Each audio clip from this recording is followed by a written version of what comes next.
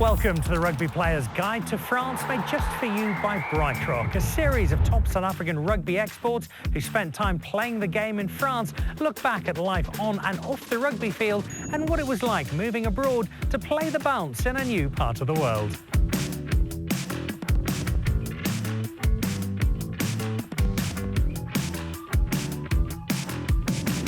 Welcome to the Rugby Players Guide to France, and welcome to a beautiful spring day in Paris. It feels a bit more like Scotland than France, but you know it's Paris because of all the historic buildings, such as the Opera House that sits behind me. Paris, very much a city of culture, but it's also a great city of sport, and in particular rugby. So this week I catch up with somebody who knows Paris just a little better than I do. It's a rather big year of rugby in France, and so we've collected a number of South Africans who know France rather well, both from their time spent on the rugby field, but also offered learning about the life and the culture of all things Gallic. And my guest today, you can almost pick up a very slight hint of a French accent, Monsieur Willem Alberts. Welcome. Thank you very much, Dan. I've got to ask you, how good is the French, Monsieur Alberts? I can speak French and I can understand it. I don't know how good it is, and I don't have an accent at all. I think I've got a very Afrikaans French accent, so I think sometimes when I speak, nobody understands me, but that's all right. At least I try. How difficult was it to pick up the language and to get used to the French culture when you first moved over? Yeah, I think the language barrier is the most difficult thing. If you get that under the belt, it kind of paves the way for an easier life in France. Luckily at the club where I was at Stade Francais, there was a lot of South Africans who could already speak a bit of French, so they could help me a lot. And but yeah, you also need to make a big effort to try to speak the language and to try to understand as quickly as possible, because most things in France is actually in French.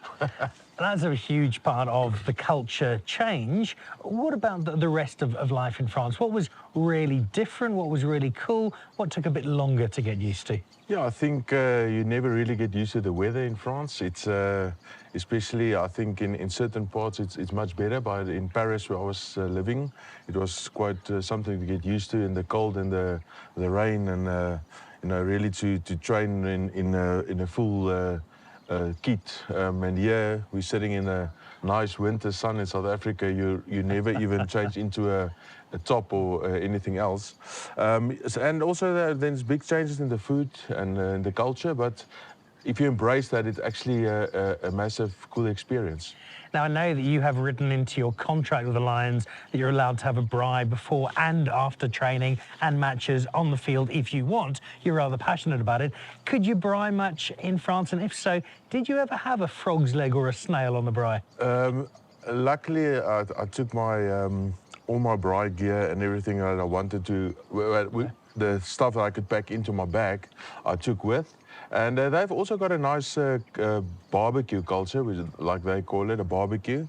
But no, we had lots of braais, lots of team braais, especially with the Samoans and the Fijians there as well. They like to make a big barbecue. We taught them how to braai properly. So that was quite really nice to enjoy that team activity. And yeah, I braaied at least 3 times a week, even if it was in the snow. I never stopped braaiing. That's commitment for you, Willem. What about exploring France? You got to see a lot of the country simply through traveling for away games. But as a family, seeing a bit of the country, learning a bit more about it, what was that like? Yeah, that's one of the main things that I chose France to play overseas in a different country. And yeah, my kids were still small while we were staying in France, but we took them along everywhere we went, and we tried to see as much as we could in the whole of France. And luckily we had a lot of South Africans playing all over France, so it's a bit cheaper to phone an old friend and say, listen, we're on our way for a short visit. In terms of exploring and adventuring through France, what were the best parts of Paris for you, and then where else in France did you love visiting? I must say Paris is so diverse, so you can really go anywhere, but yeah, probably close to the tourist spots is really nice. But then also while traveling on the way there, you find a couple of hidden gems, so that is really cool. And the south of France always got its own spectacular way of life about it. And I also enjoyed the Champagne region. I had some friends up there, and it was very nice to explore. You also enjoyed some champagne moments at a rather well-known stadium. Stade France will have the world focused on it this year. What was it like running out for the first time in your home jersey in front of that crowd?